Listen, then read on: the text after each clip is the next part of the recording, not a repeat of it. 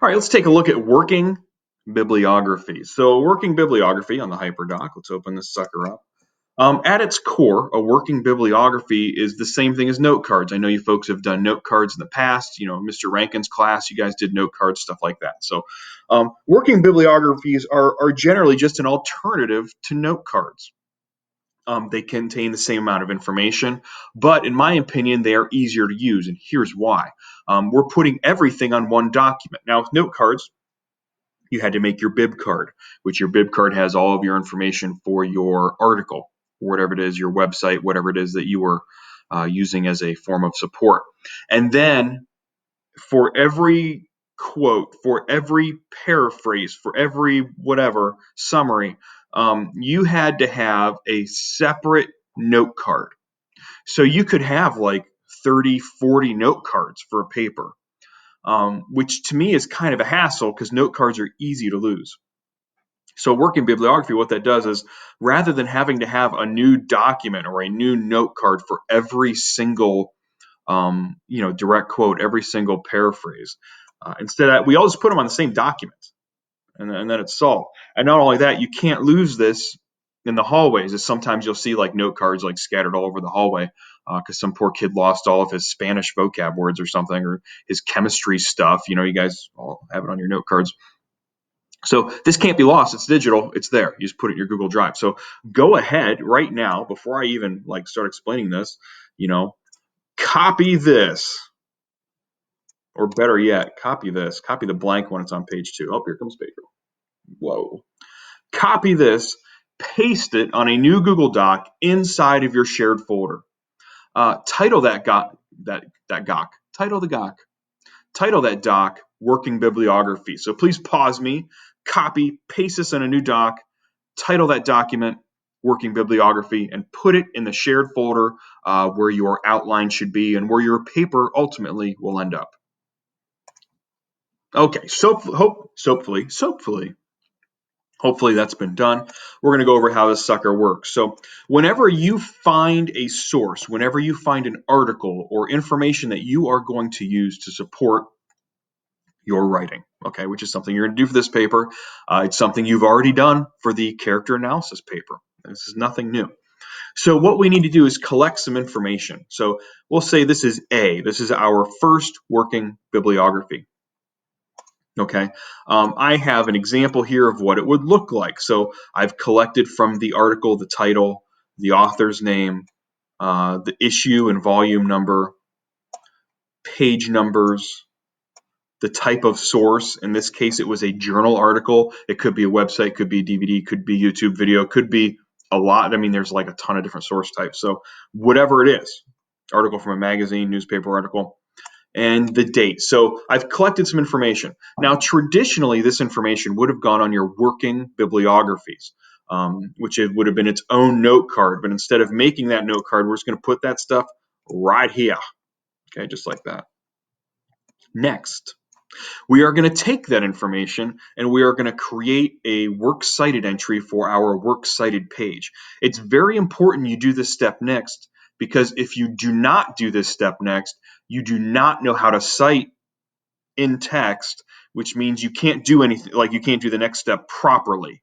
A lot of kids go wrong here because they figure like, I'll come back and do it later and I'll fix all that stuff. It's better to do it now so you don't have to fix a bunch of things later that, let's be honest, you're not going to fix. And you're probably going to forget about. So let's just do it now. So make your works cited entry. If you have not watched my video on the Purdue OWL and U, stop what you're doing and do that next, because you really need to know how to make this works cited entry before we can go any further. So make sure that's done correctly. Make sure you have a hanging indent. I believe I've showed you folks how to do that. Basically, here, I'll show it to you again because I'm so nice. So nice. So I've got my cursor. See, notice this is not a hanging indent. I'm going to put that sucker right there. If you hit shift, look what happens, or tab or whatever. Oh, it worked because I've already done the formatting. So primarily if you hit shift there, go ahead and try it. It's not going to work. It's going to indent the first line because that's what it does. But if you hold shift, hit enter one time, and then hit tab, it will work. Now this is kind of a poor example because if you notice mine, it added a line. Yours isn't going to do that if you did it correctly. Mine already has the formatting like in the document. So trying to show you on this is kind of like, here, let's try somewhere else because that was a bad example. So let's go here. You would not normally hang indent this, but I'm going to show you how just for the sake of doing it. Okay. So hold shift, hit enter one time. Notice nothing happened. Okay. But wait, there's more. Tab. Boom, hanging indent, just like that. Isn't that magical? That's pretty magical. Okay. If that doesn't work, I have other ways to do it. I mean, there are a bunch of different ways to do it. So well, I'll help you out specifically if that didn't work for you. So get this sucker done. Okay, this is very important you do this step next. Now, one of the nice things about a working bibliography as opposed to note cards is this. So for note cards, you would have had to make this citation on your bib card. Okay, you would have had to have made it. So this isn't something extra I'm having you do. It's the same thing. But note cards, you can't copy and paste that stuff to your paper. Whereas this, I can highlight it, copy it, paste it to my works cited page, which is the last page of my paper, and I'm done. Okay, you can't do that with note cards. You'd have to have scissors and glue, and it's going to look terrible. Okay, but for this, it's very simple. Okay, you're not doing extra work. After you complete the citation, you are going to write a summary of the article that you read. Okay, this summary format is the same summary format that we've been doing all year. You've done this a bunch of different times, so nothing has changed there. I'm still grading this like I would any summary. Okay, so make sure that they are done correctly. Next, and again, a summary, you would have had to have written this on a note card too. This is nothing extra. This isn't an extra hoop I'm making you jump through. Quotes and paraphrases. So quotes and paraphrases, any quote or paraphrase you think you're going to use. Now, working bibliography is just like note cards, is it's a preparation, it's a pre-writing document. We're gathering information. We're gathering quotes and paraphrases we think that we might use. It doesn't mean we're going to use them all. That doesn't matter. We're just gathering resources. Okay, so I'm putting the direct quotes that I want. I'm putting the paraphrases I want. I'm setting all this stuff up. I am citing it correctly. Look at that. Look at this citation. Look at how nice this is. All this quote's all integrated. I could copy and paste this straight to my paper and it's done and it's correct.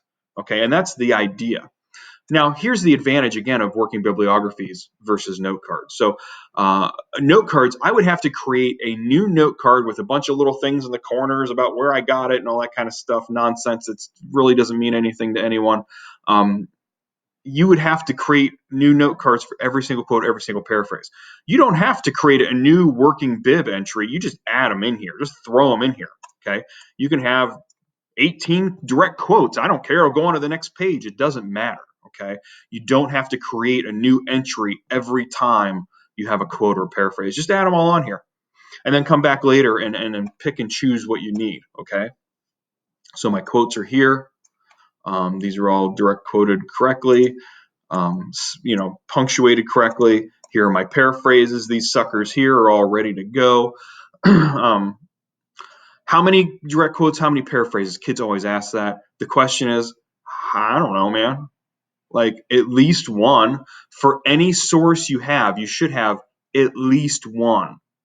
What you find when you're writing research papers, at least what I found, is generally there's an article or two that you use a lot. And you're going to use the book a lot too, because that's, what's the core of this assignment is what's going on in the book. So you'll find that you use an article or two significantly more than others. So when I'm looking at working bibliographies, I might see a couple working bibs where maybe you have one or two quotes, one or two paraphrases, not a lot of stuff. Maybe it's a quote, a paraphrase, I don't know. And then I'll come across one, it'll probably be like the book or the secondary source to use the most. And it'll be like a ton of stuff. So there's no like number I can attach this. All I can say is it better be at least one, because if not, then you had to use it. Like if you have to have 4 sources for this, 3 secondary sources and the book, they all have to be used.